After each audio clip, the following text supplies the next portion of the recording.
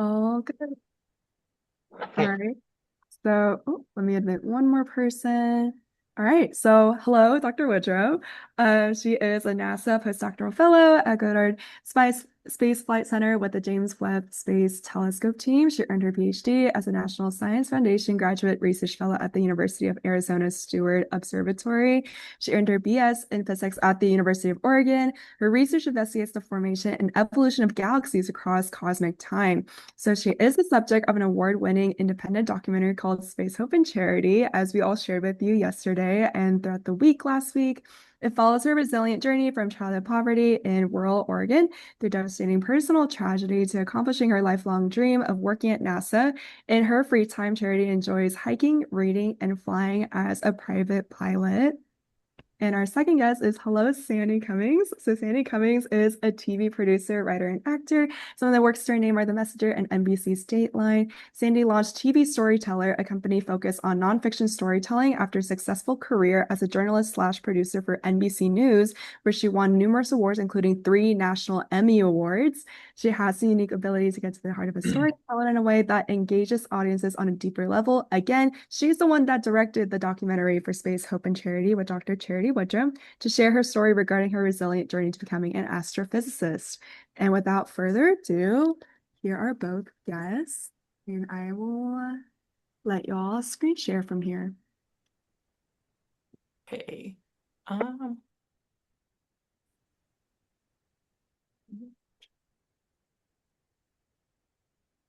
oh no. Okay, let me see. Sorry, 1 second here.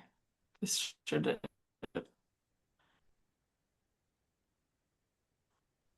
You're an astrophysicist. You can do this. There's always technical problems. Hey, engineers are some of the worst with technical problems. Believe me. Yeah, All good. Same thing in media. It's always the audio video. The yeah. shoemaker's children are poorly shod, right? Right. Okay, can you guys see my screen? Mhm. Yep. Yes. Okay, perfect. So I know that some of you have watched the documentary, but I also know that not everyone has. So I'm just gonna give like a 10-minute brief recap of, basically my life and my journey to becoming an astrophysicist at NASA. And I do want to leave most of the time open for questions and answers, though. So I'll start with this picture here. Let's see. Okay. Oh, yes, there we go. I'll start with this picture here. There's a reason I chose this picture. I was about the age that all of you are. I was in junior high and it was taken in a photography class with my favorite teacher. And one day I asked that favorite teacher, when I was the age in this photo, what I could do to work for NASA someday. And he laughed at me. Looking back, I don't think he was trying to be cruel or anything like that, but he saw what my life was, which, this image was taken in Canyonville, Oregon, which is a very rural, impoverished town in Oregon with only a few thousand people. He also knew my parents and that neither of them graduated from high school and that we were very low income, and he knew they both struggled with things like addiction. Um, and so I think he just looked at all of those things and didn't have a big enough imagination to imagine me someday working for NASA. And in that small town in Canyonville, there weren't any scientists that worked there. It was a town whose economy was based on the logging industry. And so I didn't know what the path looked like forward to work at NASA someday. And so, but I knew that I wanted a stable job and I wanted to escape poverty. So the first time that I went to school, I went to the local community college, Umpqua Community College in Roseburg, Oregon, and went to nursing school and got my degree and became a registered nurse. And as I was working as a registered nurse, it became very clear very quickly that that wasn't my dream. In fact, I would come home and I just couldn't stop thinking about the human suffering that I was seeing on a daily basis. And right after nursing school, I met the person who would become my future husband. This is a picture of me and Jason on the day we got married. And one of Jason's coping mechanisms was to read books. And so I would come home sad about the things that I was seeing as a nurse, and he said, why don't you pick up some books and get your mind off of it? And so I went to the popular science section and found books by Stephen Hawking and Carl Sagan. And I fell in love with astrophysics immediately, and just became obsessed with it. In particular, this image, I came across this image in one of the Stephen Hawking books. This is called the Hubble Ultra Deep Field. And basically, the history behind this image is that back when the Hubble Space Telescope was first launched back in the 90s, some scientists said, why don't we point the Hubble Space Telescope at the darkest part of the sky? And this was very controversial because up until then, we didn't think that there was anything there. And the Hubble Space Telescope is very precious and it costs a lot of money to run this. So a lot of scientists thought it would be a waste of time. But the director at the time said, no, let's do it. And so they pointed the Hubble Space Telescope for 10 days at this dark patch of sky that up until that point we didn't know if anything was there. And the image that we got back was this, which has over 10,000 galaxies in this image. So if it doesn't have spikes around it, then it is a galaxy. If it has spikes around it, that means it's a star in our own galaxy. But every other point of light you see in this image is an entire galaxy. So each of those galaxies have billions of stars, and each of those stars has at least one planet. And so seeing this for the first time really is what made me decide I wanted to pursue astronomy out of curiosity. And back when I was in high school, I was good at math, and so I felt like it was something that I could do. And around this time, Jason and I had our son Woody. This is a picture of us on Halloween and a picture of all three of us on Woody's second birthday.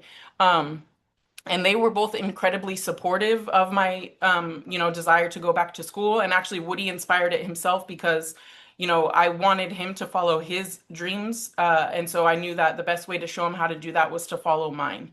And so initially, I went back to school to study physics at the University of Oregon.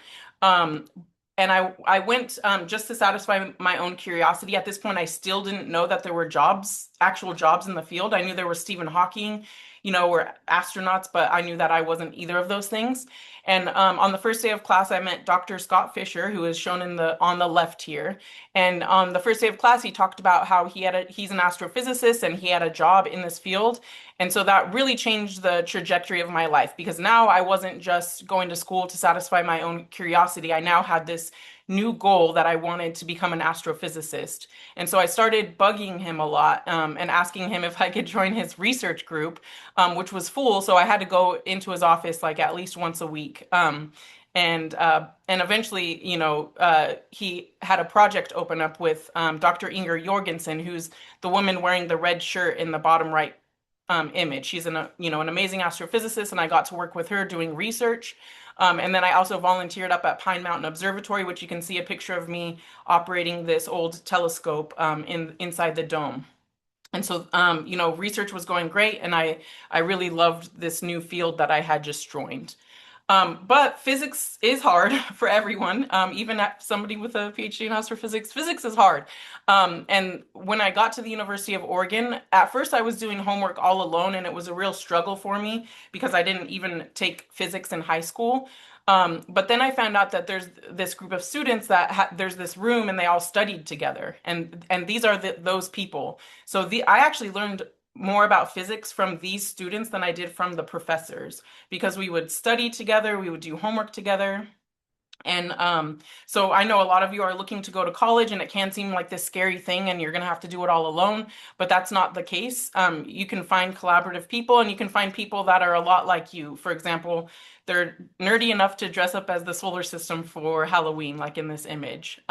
So I didn't get my physics degree alone. These are the people that helped me through such a difficult subject. And during the junior year of undergrad, I got an internship at NASA at Marshall Space Flight Center in Huntsville, Alabama, and I went and worked for this space telescope down there. And it really solidified that research is what I wanted to do. And Jason and Woody came with me.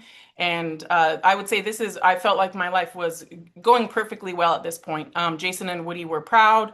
Everything was going perfectly well. And then the people who have seen the documentary know this is coming. And I'm not going to talk about this, but on January 15th, 2017, I started calling it the worst day for some reason. On this day, I lost Jason and Woody in a sneaker wave on the Oregon coast. Um, it I was devastated, obviously, hospitalized for a week, and then um, I didn't get off the couch for months. But one of the things that did get me off the couch was the community of support that surrounded me. And so for a lot of people, this would be family. For me, it wasn't family, but it was childhood best friends.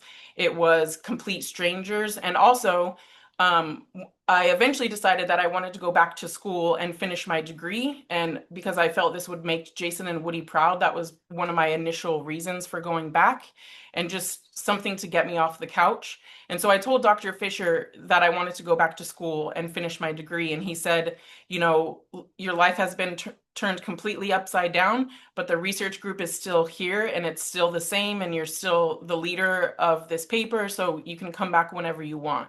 And he didn't know it at the time. He does now, but that's exactly what I needed. And so again, resilience, I think there is a recipe for resilience. And I think the biggest part of that recipe is having a community of support. And like I said, for some people it's family. For me, it's not, it's chosen family, like mentors and childhood best friends and even complete strangers. And so eventually I was able to get my bachelor's of science in physics at the University of Oregon. You can see Dr. Fisher is very excited in that picture on the left there. And then again, I wanted to show this picture with me and my friend group. These were the people that were dressed up like the solar system with me. And just to show that this was a community effort for me to get this bachelor's degree. All of those, we did it together and they helped me. I wouldn't have been able to do it without them. I knew I wanted to become an astrophysicist, and I knew that I wanted to do that at a PhD level. So I applied to graduate school. And by the way, when I was looking at graduate schools, one of the things I was looking for is that same type of community that I had at the University of Oregon. So I went to the University of Arizona. They let you come in when you get accepted into grad school, they pay for you to come and visit so you can see what the department is like. And the University of Arizona has a top 5 program in the world for astrophysics. But also, when I went and visited there, I noticed that the students were very happy and they were very collaborative. Because in some fields, in my field, you'll find that there's a lot of competitive people, and I didn't want to be around competitive people. I wanted to be around collaborative people. And this is a silly picture of us in the bottom right here. A lot of these people are now professors, work at NASA. There's one of them works at NASA with me. So this is just to show you that scientists aren't always serious. We have fun too. And this was my support to get through graduate school. I leaned a lot on all of these students to help me learn and to help me get through graduate school. And so I was able to graduate with you first get your master's and then I got my PhD in astronomy and astrophysics. By the way, for people who are thinking about going to grad school someday, I will say that for the sciences, you do get paid while you're in graduate school. So I wish I had known that when I was younger. I might have pursued graduate school earlier on if I knew that I would have a living wage while going to school. This is me getting my PhD at the University of Arizona with my PhD advisor, Dr. Marcia Ricci. She's putting the hood on me in the left picture, and then she's wearing pink in the right-hand picture. And these are the professors that were all on my PhD thesis committee. So all of these professors were invested in my success at the University of Arizona, especially Marcia, of course, being my PhD advisor. So this is again to just show that even at the PhD level, you're not doing things alone. I would encourage you to find people who are like very supportive and collaborative and good mentors. And I was very lucky to have these people, who were invested in my success, because I wouldn't have made it through the program without them. And during the last year of my PhD, this is one of the last things I want to talk about. During the last year of my PhD, it's important to also have hobbies and not to just work all the time. And so I started going to flight school to get my private pilot license. And one idea I want to talk to you guys about is what's called imposter syndrome. it kind of helps knowing about it because then it helps you like deal with it. So it's this idea that you think you don't belong in the room. Everyone else belongs in the room, but you're not qualified to be there. You're an imposter, and you've somehow tricked everyone into thinking you belong there, but you don't. We call this imposter syndrome, and most people struggle with it. I struggle with it to this day. But one thing that helped me a lot with that was actually flight school, which I didn't expect this. I was just doing it for fun. But on the left is a picture of me after my first solo. So up until that day, my flight instructor was sitting next to me in the cockpit. And so if and when I would almost crash the plane, he would save us, right? But one day you get competent enough where he's like, okay, you're gonna drive me to the tower. You're gonna go fly by yourself. Um, and this was a picture on that day, and it's one of the most powerful things I've ever felt. And part of it is because even with flying, I had imposter syndrome. But if you're the only one in the cockpit and you're flying the plane, there's no room for an imposter. And so that was a really powerful feeling for me, just knowing, it helped me build a lot of confidence, and it helped me a lot with my imposter syndrome. So I just wanted to talk to you about that idea because once you know about it, it does help you get through those feelings, knowing that other people feel it as well. And then lastly, earlier I showed you the Hubble Ultra Deep Field. This is the same image again. And then after the James Webb Space Telescope launched, we took a picture with the James Webb Space Telescope, and you can see the galaxies are much brighter.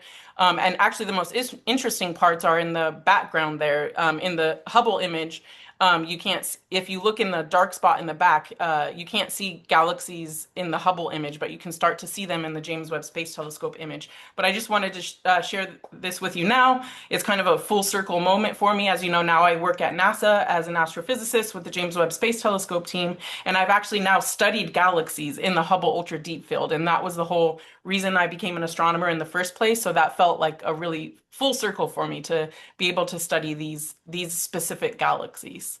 Um, and with that, I'll end here. And then uh, I think Sandy um, has, I think, is going to talk for a little bit, and then we can open it up to questions. I'm trying to stop sharing. Okay, there we go. That sounds great. Great presentation, Charity, as Thank you. always. Yeah, I loved hearing what you said about imposter syndrome too, because I have felt that as well in my career, where you feel like you don't belong, and eventually people are going to figure out that you're really not qualified. And then it never happens, and little by little you start building that confidence. But I totally get that. I'll share my screen in a little bit. I didn't do a full presentation like Charity's, but I'll tell you just a little bit about my background and how I connected with Charity and how we decided together that we wanted to share her story with you and with other people. My story is I grew up in Southern California in Glendale, if you know where that is. And in high school, I had no idea really what I wanted to do professionally. I thought, oh, maybe I'll be an archaeologist, or maybe I'll be a psychologist, or maybe I'll be a tap dancer, or maybe I'll be a travel agent. I really wasn't sure what I wanted. And I knew science wasn't it because I was terrible at science and was very lucky not to fail high school chemistry. So that wasn't going to work for me, but I was very good at writing and I loved reading. And when I was a junior, I had a teacher, my English teacher said, "You're a good writer, why don't you join the school newspaper?" And I think looking back, I think she just needed more people on the paper, but I was hooked. So I said, okay. And one of our first assignments was she loaded us up and took us to a criminal courthouse in Pasadena and set us free and said, go into a courtroom and come back with a story. And so I picked this crazy, it was actually an axe murder story, just randomly ended up in there. And it was so wild and energizing and really just fascinating to me to hear kind of both sides of this trial. And then at that point, I knew that I was hooked. And I knew that telling other people's stories was really what I wanted to do. I found it just fascinating. I felt like I was learning something new every day. I was pretty shy, and so it was a way for me to talk to people about them where I didn't have to talk about myself like I'm doing right now, which is really hard. And it just was fascinating. So from there, while I was in high school, my father got sick and passed away. And so, kind of, my options for college changed. I needed to stay closer to home and go to a community college. So, I went to Glendale College and joined that newspaper and continued to love journalism. Um, did that for 2 years and then transferred to university and went to USC for the last 2 years. And then when I got out, I started looking around for jobs and worked as a freelance news writer for quite a while. And then eventually ended up at NBC, which was my dream job. And that's kind of where I felt that imposter syndrome thing, like, I don't know if I belong here, but here I am. And my first job there was not my dream job. It was actually scheduling camera crews and scheduling editors. And I took it because it was a foot in the door. And I thought, if I can just get my foot in the door and work really hard and have a good attitude, I'll work my way up. And fortunately, I had amazing bosses who were mentors who helped make that happen. So I went from being kind of a technical operations coordinator to a researcher to a satellite manager to associate producer to senior West Coast producer of Dateline NBC. And so in that position, I was overseeing all of the coverage out of the Western US, Hawaii, Alaska, and other places. So it was overseeing correspondents and editors and camera crews and producers. And so it was amazing. So I'll share my screen now. I just have some examples of the types of stories and things. Um, see if I can figure this out. Okay, how do I get this full screen now? Cherry, I need you here. Well, I'm looking. Sorry. Go into Um, slideshow, maybe up in the top slideshow. yes. Here. Yeah. sorry about that. Okay, play from And screen. there we go. Nope, that's not it. I'll go back. Just go back. You can, well, you've got it in the wrong view. Play it from start, play it from first slide. I did play from, Unclick. that's not it. It's doing You're in present. a different view. Yeah. Maybe click undo your. I can't see. It's the print's too small for me. It's Not like presenter, not set up. Well, what I may have to do, I'm sorry about that. it just It works go. fine on my computer. Play from start. Nope, that's not it either. Okay. Well, I'm sorry, that is not working. You're so good. Actually, could you try going down at the bottom tab and then there should be notes, comments, like all the way at the bottom. Yeah. And then there's like a little like projector screen. Can you try clicking that maybe? Don't know if that'll work. It's It weird. may take it to a different window. No, they're just all Oh, goofy. okay. Then could you do presenter Yeah. view? Presenter view right next to play from current slide. Right there. Yeah. Presenter view. I think that's giving me all this other stuff. Unfortunately, it's giving me notes. Yeah, we So tried the show bottom right controls play. corner and it's not launching it into presenter mode. We could also view the slides like this as well. Yeah, it is like a full screen. Could you try one more time maybe? And if not, maybe we could go forward. How should I do that? Can you go to play from current slide? Try that second button. No, that's still doing. And it's still and then go to the three dots right next to sorry, go back. Oh, sorry. 3 dots. And then go to the three dots right there There should be like try use slideshow. Pointer, use slideshow. There Oh, we go. Did that that, work? Okay. Okay. And then that's continue to much better. share. There we go. Okay. All right, great. So sorry about that, you guys. Um, I don't use PowerPoint much in my work, but anyway, one of the things that was so exciting to me about the job that I had is that it exposed me to so many different things. Like this was, I don't know if you are familiar with the O.J. Simpson trial, but he was accused of murder and tried. And this was the day of the verdict. And so I'm the person in the middle there with the glasses on. Ah, And so that was a pretty remarkable day. The newspaper, the LA Times, actually printed up two different versions of the front page, and one was guilty and one was not guilty. And it wasn't until the verdict came down that they decided which one to go with. So that was kind of a crazy day.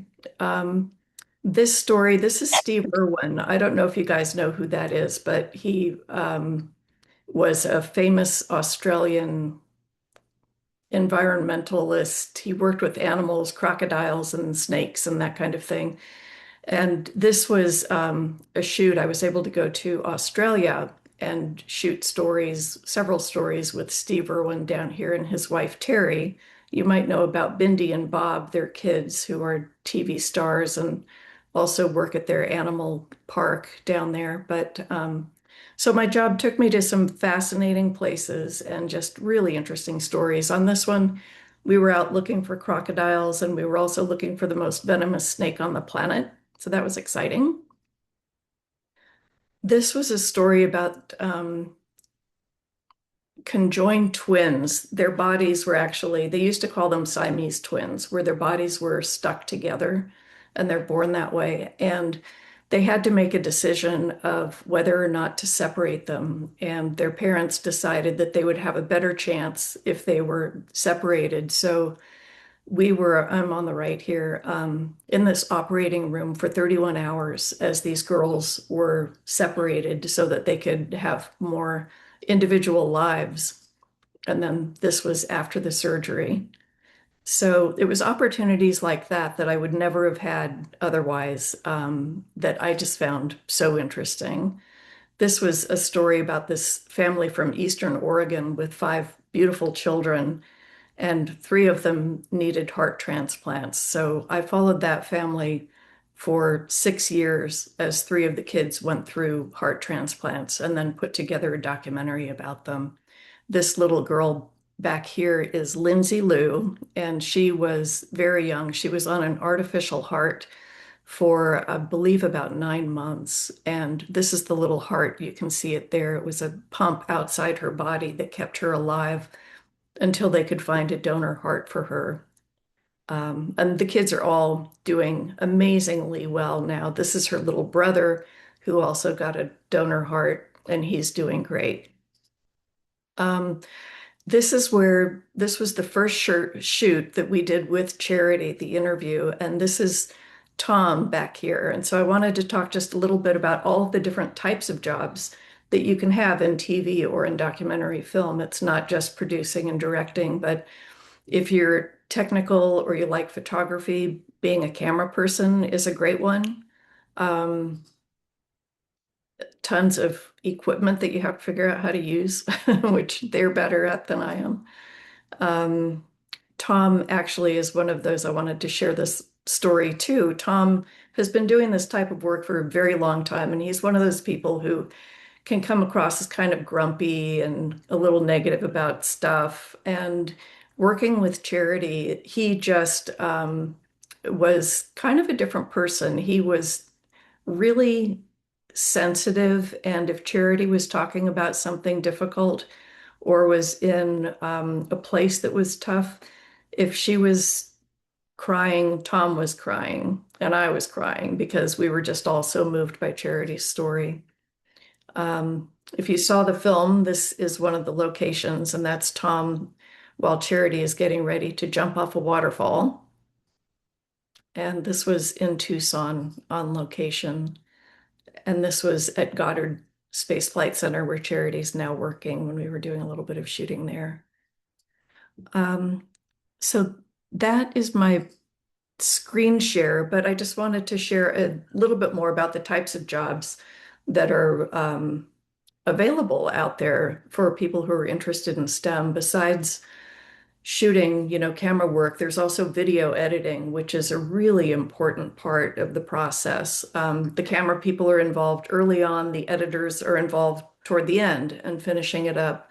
There are writers, researchers, technical directors, directors, stage managers, lighting people, so many different ways to go. And so much of it is creative, and every day it's something different. So it's fascinating. I mean, I just feel so fortunate to have found a way to make a living doing work that I loved and I still love. And I have to say, telling Charity's story has been a highlight. And I'm just so grateful to her that she was willing to share her story with me and with all of you. So we probably are about ready to start taking some questions. It's already 1:05.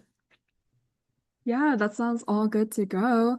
I can honestly go whichever way you prefer. You guys can open it up right now to the Q&A, and maybe I could follow up with the questions that were submitted through the form, or we could do vice versa.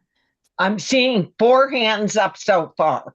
Okay. So hopefully you guys can see the hands too. So we'll let you call on the hands and then we'll insert questions from the chat.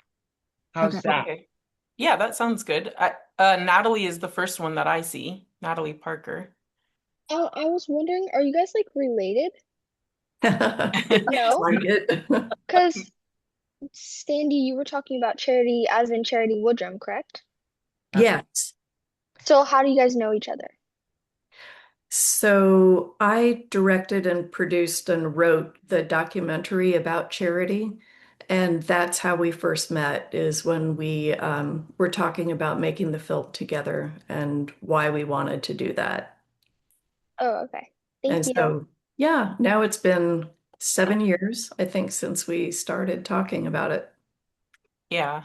And now she's one of my best friends. At first, I was scared of her a little bit because, she came with a life story rights agreement that I needed to sign away. And,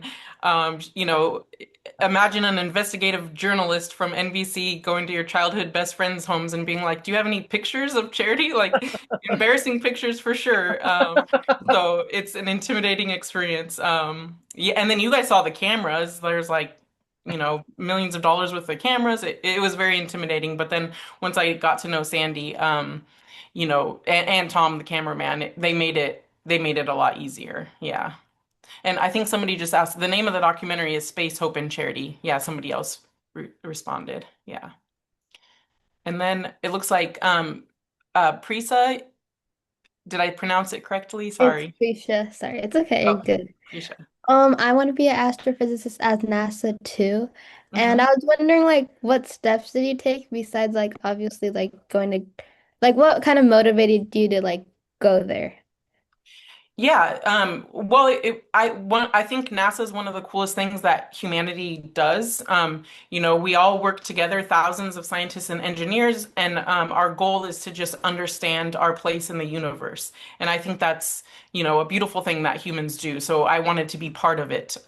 So that's why I love NASA so much. And the path there, like as you saw, you get an undergraduate degree in physics, or if you want to do astrophysics, there's many paths to NASA. But my path went the scientist route. And I will say NASA does like to hire their own. And so if you want to work at NASA someday, definitely when you're an undergraduate in college, definitely apply to NASA internships. I think I applied to like five and got one only. I got rejected from four, but all it takes is one acceptance. And so definitely apply. There's also many other routes to work at NASA. For example, we one of the missions of NASA is to share knowledge, the knowledge that, like, for example, the research that I do, part of our job is to share it with the world. And so that requires a lot of artists, graphic designers, communicators. We have like a whole communications department. Like, there's this one girl who made this really funny video, and then she got a job at NASA as a social media manager, and she runs one of the social media accounts for one of the space telescopes. And yeah, we have when we go like last year I went on TV stations, and there's this whole studio, this filming studio, and so there's a lot of people that work there. You can also work at NASA through the business route because it turns out, space telescopes are expensive. JWST costed $10 billion dollars, and as a scientist, I don't know how to manage money like that. So they do need business people um, doing like project management type work. So there's all kinds of paths to NASA. Yeah. Thank you. I learned about space too. Yeah, awesome. Do it. And then Cora Wolf, What's something you would say to people who are like afraid of space? afraid of space. Like afraid of like asteroids and stuff like that, or afraid of can you be more specific? Like anything, just like I don't know. I mean, to be honest, I'm afraid of it too. Like when I read about Jupiter for the first time, it freaked me out a lot. Like I stayed up really late that night thinking about Jupiter. It's crazy. Or even asteroids. Dr. Fisher laughs at this, but up at Pine Mountain Observatory, these Japanese scientists asked us to track these asteroids, and we were watching them move through space, and I was like, "This is freaking me out! Like that's what killed the dinosaurs, you know?" So, I mean, yeah, and the thought of how big the universe is, yeah, it freaks me out too. And I think that's part of the draw to it, like that's why I'm curious about it. But also, you know, if you are afraid of it, of things like asteroids, for example, we are monitoring asteroids, and so there's nothing to actually be afraid of. We're going to be fine. And we are always monitoring for asteroids and stuff like that, so we don't have to deal with what the dinosaurs had to go through. So, oh, and then Elaine is next, it looks like. I have three questions for you. What would NASA have to do if there was an asteroid headed for Earth? What does a typical day look at NASA look like? And how much money do you make yearly? Yeah, great questions. So if an asteroid was coming towards us, we don't currently have technology that would like protect us from that, but certainly everyone at NASA would be working, putting their minds towards figuring that out, as well as I'm sure universities all over the world, scientists all over the world would be working together to figure that out. And there's certainly been movies about how they would do it that are not realistic, but I'm not sure what we would do. That's a good question. That would take a lot of, scientists and engineers to figure that out. A typical day at NASA, so my job is 100% research. So I study galaxies with the James Webb Space Telescope. So I would say a lot of people think of science as you're just sitting there doing math, but I actually get to look at pretty pictures and stuff like that. But also I do a lot of writing. I have to write papers, so you have to be good about communicating your results. I do a lot of coding in Python. And then yeah, I do some math and stuff like that. Also, I'm trying to get involved I've gotten involved with the communications team. So some days my boss will call me up and be like, "Hey, the TV studio needs you to go live on TV. Can you do it?" And so that's something that I've done. And then also at NASA, we are building some of the next generation space telescope. So sometimes I'll walk over to the engineering building and watch them, actually building a telescope that's going to space. And then what was the third question? It was How much money you make? oh yes. I make $75,000 per year as a postdoctoral fellow. If I will say that with a PhD in a science, I could quit my research job and make triple that working other places. But I love the research aspect, and I don't want to. I'd rather do research than make more money working for the types of companies that pay you very well. And so I'm happy taking the pay cut to do what I love. Yes, thank you. I actually have a couple questions from the forum that I would love to reintroduce here. We have a question that's asking about different opportunities if NASA offers them to high school students interested in science, medicine, or human health, and what steps can they take now to prepare for future internships, research opportunities, or careers connected to NASA? Yeah, as far as high school students, I do know at least one opportunity to come visit NASA Goddard Space Flight Center every year. There's this foundation that brings high school students from all over. California and Pennsylvania are the two main states, called Beating the Odds Foundation. I don't know of other programs that do that, but that's probably yeah. I'm sure that there's other programs that do it as well, but certainly Beating the Odds Foundation every year will bring out high school students, and you can sign up for that. They come out every May, and I was actually the keynote speaker for the last time they were here.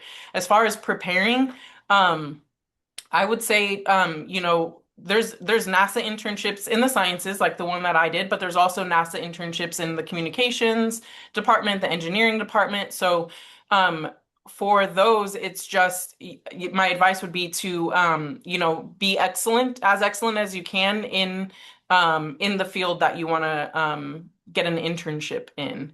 And so for me, the main reason I got my NASA internship is because I was working on research with Dr. Fisher and Dr. Jorgensen, and having that research experience helps me in my at my NASA internship, as well as knowing how to code already, because back then it wasn't as common to know how to code. So learning to code in Python early on really helped me a lot, I would say. Yeah. Awesome. And then I have one more question from the form, and then maybe we could go back to hands, then back to the form. This is actually for both Sandy and Dr. Charity. So if you both have incredible strength and determination, was there anyone you looked up to growing up that influenced these traits? I'll let Sandy go first. Oh boy, that's a really great question. I would say, I mean, there definitely, once I decided I wanted to pursue journalism, there were people in that world who I had a lot of respect for and wanted to emulate. I mean, Barbara Walters, I had a lot of respect for. You guys may not know who she is. Tom Brokaw, John Chancellor, folks like that. And really just some of the teachers that I had so much respect for. For me, as far as resilience, this is a complicated answer because, as if you've watched the documentary, you might know I don't speak to my family anymore, and I have a complicated relationship with my mom in particular. But my mom is the strongest person I've ever met. That what she went through in her childhood, she was orphaned when she was a toddler, and had her and her siblings were in foster care homes, and so she had a very, very difficult life, and she survived it.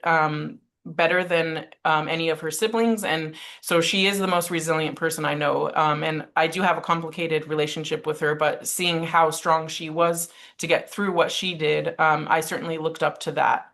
Um, and then, yeah, I think when you grow up in a small town and there's not someone that you exactly look up to in every respect, I would say you can look at a person and say, I respect this about them, and I respect, pieces of them, and try to emulate the things that you do respect about them, if that makes sense. So I think I've always been the type of person that's looking for mentors and looking for people to look up to, even if it's just parts of their full selves, if that makes sense. Yeah. Thank you. And we can also go back to picking on people who have hands up as well. Okay. It looks like Naomi's next.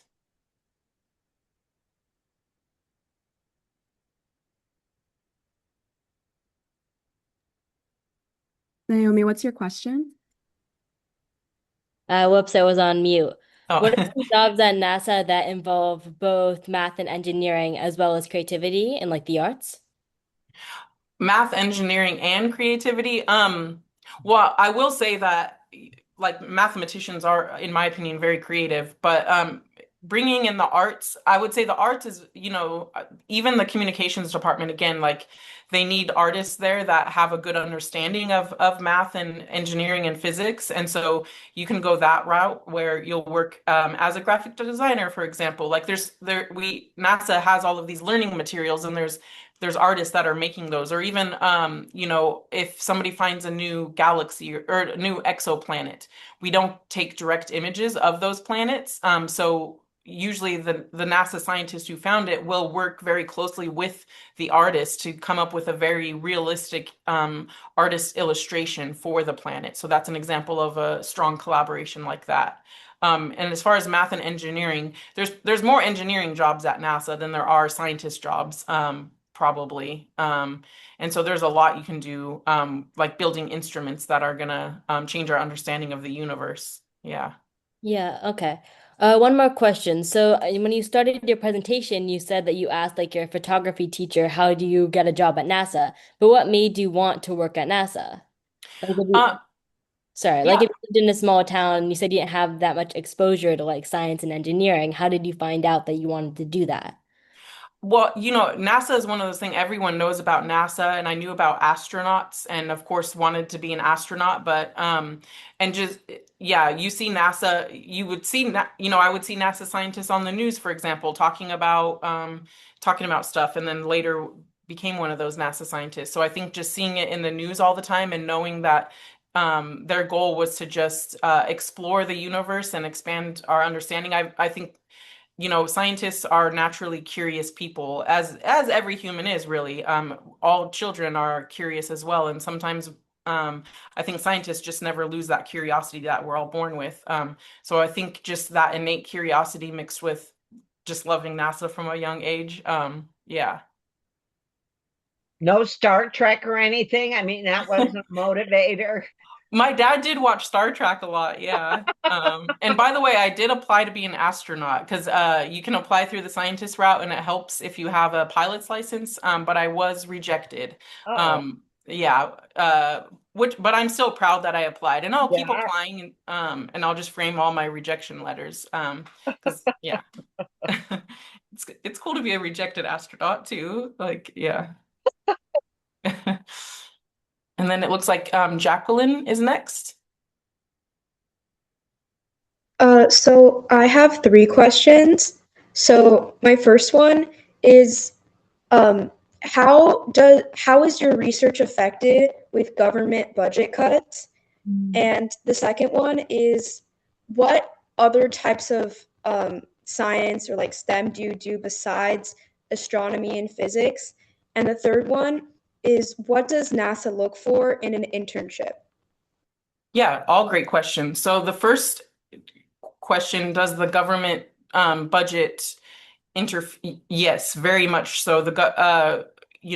Recently our current administration tried to cut NASA science in half, but Congress keeps approving a full budget for us. But if those 50% cuts were to happen, it would basically be a skeleton crew at NASA. A lot of people would lose their jobs. For the last few years, it's been this constant fear at NASA that we're going to get fired any day now, because they are trying to cut, the administration at least is trying to cut our budget. So that is one downside to working at NASA currently. Normally, NASA is a very bipartisan, which means everyone, thinks we should support science and NASA, but that's not been the case the last few years. The second question, so other than physics and astronomy and math, the other STEM thing that I say I would do is I do a little bit of computer science. So, I have I have data so what I do is I look at galaxies. And with these galaxies, we can measure things such as the color of the galaxies, the shape, the sizes, the mass, all of these things. And sometimes I study thousands of galaxies at a time. And so if you have that much data, you need to learn how to code. And so I write code in Python to analyze the galaxies, and to see how they change over time. Um, and yeah, I've gotten by only learning Python, but there's other types of astrophysicists. So for example, there's computational astrophysicists, and they write a lot of code in all kinds of language, and they run simulations. And then there's instrumentation astrophysicists, and they're the ones that actually build the instruments that go on telescopes that actually take our data. So there's multiple ways you can become an astrophysicist. I'm an observational astrophysicist, so I actually use the telescopes and look at real data. And then the third question, I forgot, what was the third question again? the third question was, what does NASA look for in an internship? Yes, great question. So one thing actually is they look for collaborative people. Can you work on a team? They even if you apply for to be an astronaut, that's what they're looking for. They don't, you know, none of us are doing this all alone. We're all working together. So they want team players like that. So um, yeah, they like to see that you help everyone on your team, and you're good at working together with other people. That's huge. Yeah, and showing they do like showing that you have some grit, some determination, and that you're passionate about what you do. So, because it is hard to do research, and sometimes what keeps you going is your passion for it. Thank you. Thank you. Thank you. And then it looks like Isabel is next. Yeah, hi. Hi. I wanted to say I really like your necklace, and then Oh, thank you. I also wanted to I had a few questions. Well, they're not really questions, they're like slight questions. But like I wanted to know if you had what's one like piece of advice you would like give us or give your like past self, like your younger self to like yeah. That's a great question. I mean, yeah, it's hard, right? Because I'm trying to think. Sandy, do you have any ideas of what you would tell your past self? Oh, that's It's a such a tough good question. question. I Yeah. think it would be just to try to have more confidence in myself along the way, Yeah, Mhm. that's what I was thinking too. fewer doubts, and just to trust my gut more than I probably did. And Yeah. then did you guys or really quickly because I saw Dr. Meany said 5 more minutes, but what are like wait, what was it? I just wrote them down. What other like big projects did you have, Miss Sandy? And then for Miss Charity, what goals do you have for like your future self that you like kind of like want to work towards? Great I question. think I'm going to let you answer, Charity, and Isabel, I'm going to pass only because someone had asked us to stick to one question per person so that more Oh, people okay. have Thank questions. you for So that, I'll defer to Sandy. you, Charity. Oh, okay. So what was one big project I worked on? Was that what you were? For you, it was just like what's something you're working towards now, like Oh, whether it's in research or in life or anything in general. yeah, great question. So, I mean, I do my current position at NASA isn't a permanent position, so I am working towards getting a permanent position at NASA. And so now, I'm living my dream job, and the reason I'm here is because mentors have helped me along the way. And so, one thing that I'm looking towards the future is to help people help bring people up that want to that want my job, for example, and be a mentor to others. So after the documentary was first released, we started this fund called the Woody Stars Fund, which is named in honor of my son. And we choose students at least 2 to 4 students every year who have faced some type of barrier to their education, and they get $2,500 per year for all 4 years of their undergraduate degree, and then also mentorship. So I mentor the students and have conversations with them. Typically, we have, group meetings once a semester, and then individual meetings whenever they want. So that's my future is, try to be a good mentor. And then as I said, I'll keep applying to be an astronaut as well. I'd love to go to space. Is Um, there an age limit on how old you can be to apply? there's not technically an age limit, but you have to pass a very hard medical. You have Physical. physical, and so typically you can't pass the physical past, I would say, past 50 years old. So you got to do it in your 40s, basically. Yeah. And then it looks like Alana is next. Hi. My question was, is there like a biggest misconception about NASA that you've like heard of? Biggest, yeah, I mean, yeah, the biggest one, there's some people that think we didn't land on the moon. I would say that's the biggest one. And of course, we did land on the moon, and we just went around the moon again, and we're going back to the moon as well. So I'd say that's the biggest misconception for sure. And then it looks like Jordan is next.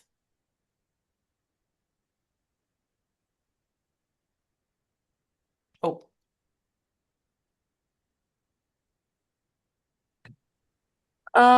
I'd just like to ask how many galaxies and stuff are there just to get a sense of scale? trillions. We think the universe could be infinite. There's trillions of galaxies. Yeah. Wow. Yeah. And it looks like Isabel is next. Hi. What age were you when you started working at NASA? This time around, so I started in 2024. I was 38 when I got the dream job. As an undergrad, I was like, that must have been I was probably in my late 20s when I got the internship, and then I'm 38 now, or I was 38 when I started at NASA. And then Elizabeth? So my question is, if something were ever to happen to our Earth that would force us to evacuate, how would we do it, and where do you think we would go? Well, currently there's not really a planet B or whatever. There's no place that's hospitable to humans nearby. Humans haven't even gone to Mars yet. We've gone to the moon, but we couldn't survive up there. That's one reason we really need to take care of Earth, is because if without Earth we need Earth. Yeah, so that's one, you know, major reason we need to protect it as much as possible. Yeah. Okay, thank you. Uh-huh. And then Grace?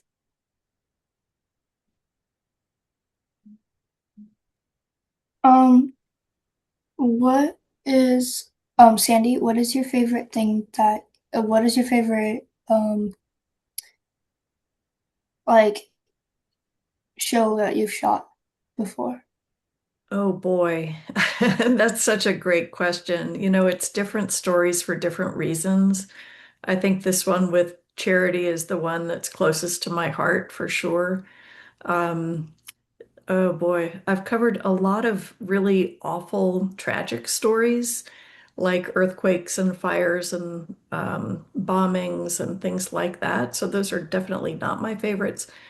I would say some of the most fun stories have been the ones that I've done in Australia.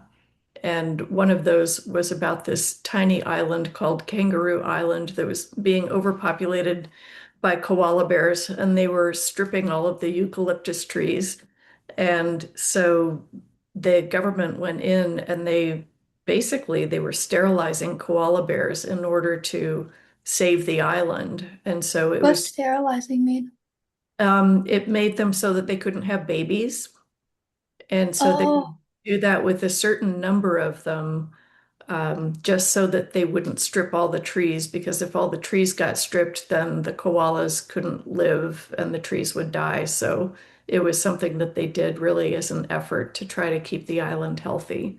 So that was one of the more interesting ones that I think I've done. And another favorite really is I've been in operating rooms several times where people have had um, brain tumors that needed to be removed, but they didn't want to. One of them was a studio musician, and they didn't want to damage the part of his brain where music was processed. So during the surgery, they woke him up and had him playing an instrument while they were removing a tumor from his head.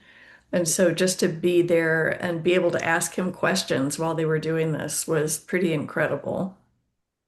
that's crazy. Thank you. Yeah. We're going to take a break here because, sorry, Catherine and Camille, because we're going to go into breakouts. Both Sandy and Charity have the opportunity to join you in breakouts. You can discuss what you heard today, and hopefully you'll get an opportunity to ask the question, but otherwise, And then they'll come back here and we'll going into our workshops, our afternoon workshops, and you can say goodbye again. But Charity and Sandy, if you have to leave now, thank you so much. If not, stick around and we'll say goodbye to you again in about 15 minutes. Okay, I'm good to stick around. How about you, Charity? Yeah, I can stick around for 15 more minutes. I'm going off record. Awesome. Okay.